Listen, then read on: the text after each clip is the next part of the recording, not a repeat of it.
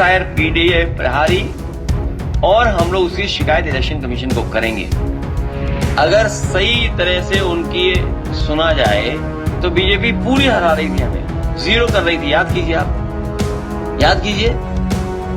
और फिर क्या हुआ, उनको कितना बुरे हारे। तो इंटेलिजेंस फेलियर किसकी जिम्मेदारी है? सरकार को सबसे पहले तो जो इंटेलिजेंस डिपार्टमेंट उसे खत्म कर देना चाहिए, उसके अधिकारियों सब पे कार्रवाई कर देनी चाहिए।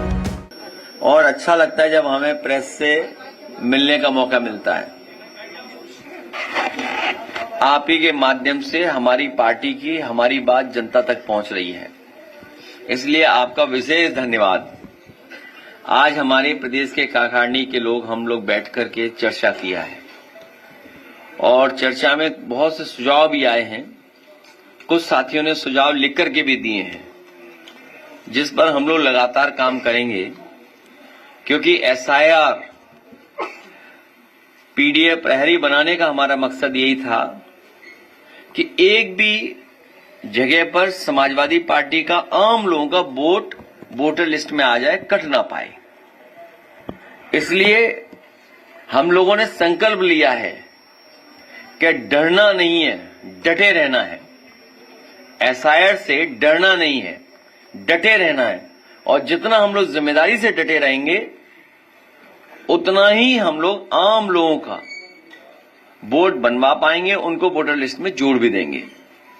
ये भारतीय जनता पार्टी की जानबूझ करके साजिश है, षड्यंत्र है कि हम आप सब लोग कंफ्यूज रहें और इस सीमा तक कंफ्यूज कर दें कि आप वोट बनाने में, वोट जुड़वाने में ही व्यस्त हो जाएं और जिन मुद्दों पे सरकार असफल है उन सवालों को हम ना पूछ पाए, जनता के बीच में सरकार से सवाल न कर पाए। मान लीजिए हम पॉलिटिकल वर्कर्स हैं, पॉलिटिकल पार्टी के लोग हैं, ट्रेडिशनल पॉलिटिकल पार्टी हमारी है। हम लोग आंदोलन कार्यक्रम, सरकार के खिलाफ कार्यक्रम चलाते हैं।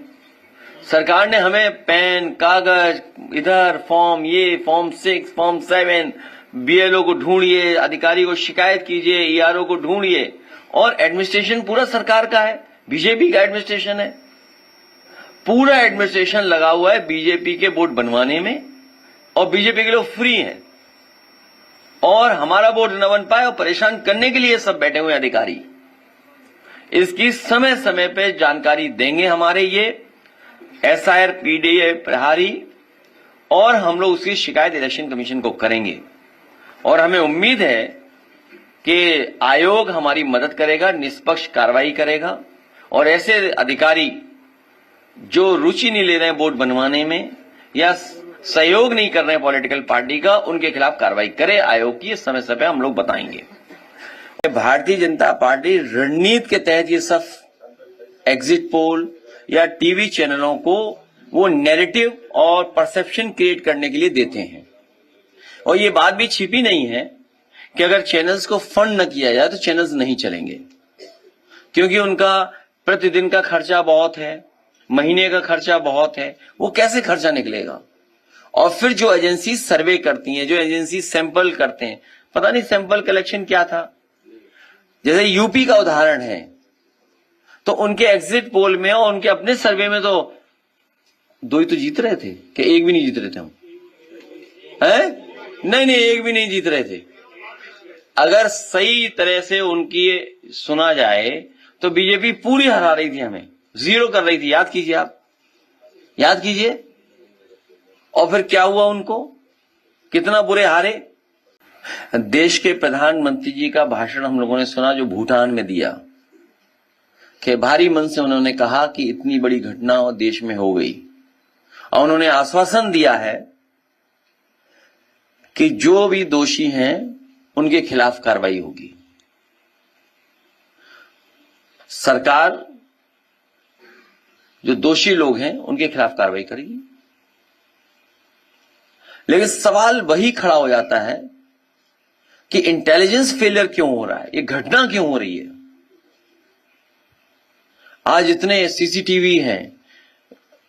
कोई बता रहा था कि जो हमारा पड़ोसी देश है, हर चीज मैप्ड है उसके देश में, हर चीज मैप्ड है, हर चीज CCTV कैमरे पर है।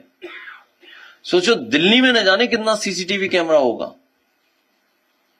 और इतनी बड़ी घटना हो जाए, इतनी बड़ी गाड़ी में लोग निकल आए, तो इंटेलिजेंस फेलियर किसकी जिम्मेदारी है? सरकार को सबसे पहले तो जो इंटेलिजेंस डिपार्टमेंट उसे खत्म कर देना चाहिए, उसके अधिकारियों सब पे कार्रवाई कर देनी चाहिए भविष्य में, जिससे कि कोई